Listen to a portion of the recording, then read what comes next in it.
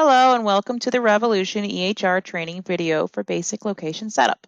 Let's go to Admin, General, Locations.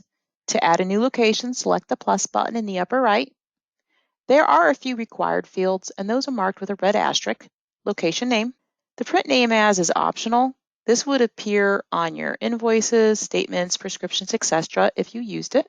The location number is completely optional as well. This does not appear anywhere else in Rev. The barcode loadable location number is also optional. The NPI. In most cases, this is the organizational NPI, but it could also be the doctor's. The FEIN, this is the tax ID, and do not enter that with the hyphens in Rev. Logo, you can take a picture from your webcam or you can upload the image here. You can magnify it and remove it once it's been uploaded if needed. For your address, just add as usual. When you get to the zip code, please enter the extended zip code without a hyphen, as is required for electronic claims submission by the clearinghouse. Billing and claims information. For the facility type, there are several types available in this dropdown. It is typically defaulted to 11 for the office. The default finance charge plan you can select from the dropdown as desired. If you need, you can add another one over here in accounting finance charge plans. The billing provider name.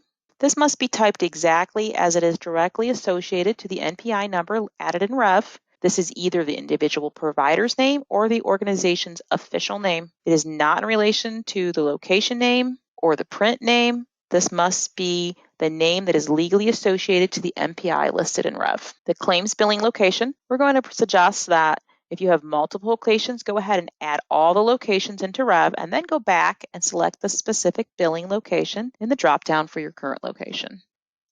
The same for the statements billing location. Go ahead and enter all your locations and then select if needed.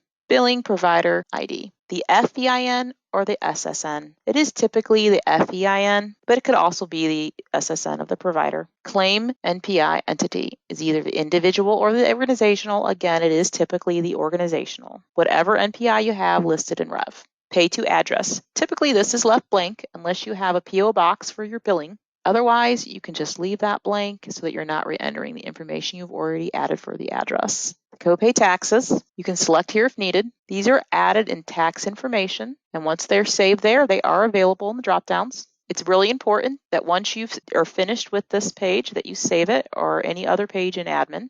But we're going to jump over to office hours. For any days of the week that you are open, you're going to want to select open. For instance, even if you are only open one Saturday of the month, you're going to go ahead and select open. You start with the start time that you're open. You can use A as a shortcut for AM, P is a shortcut for PM. If you are open for lunch, just leave this area blank. If you are closed during your lunch period, you can add that here. Any hours that you are open appear white on the schedule. Your lunch hours that you are closed or hours outside of your open hours do appear as gray on the schedule. If you are open only one Saturday per month, for instance, you can go ahead and keep that as open. And then on your schedule location, go ahead and add office closed for those Saturdays that you are closed. PHR settings.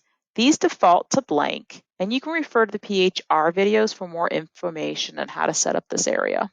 Tax information, you just select the plus add, select the type as single or group, add your name, tax percentage rate, and save, and then it becomes available over here if needed.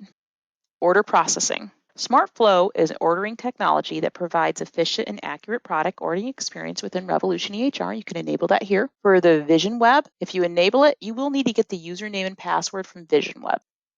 Distribution center. A distribution center is defined as the practice location that controls the product catalog for locations designated as subscribers. Subscribers are locations within the practice that have their product catalog controlled by the distribution center. Inventory management must be enabled though, and that is done in System Admin, General, Practice Preferences, Additional Preferences, Inventory, and then you would just select Enable for Inventory Management to use as a distribution center and save. If you do want this location to be the distribution center, you would go ahead and check mark that. And again, you would just want to save any changes you have made for that to take place going forward. If you have additional questions, you can refer to our knowledge base and frequently asked questions. Just go to the question mark on the top right, or you can always contact support. Thanks so much.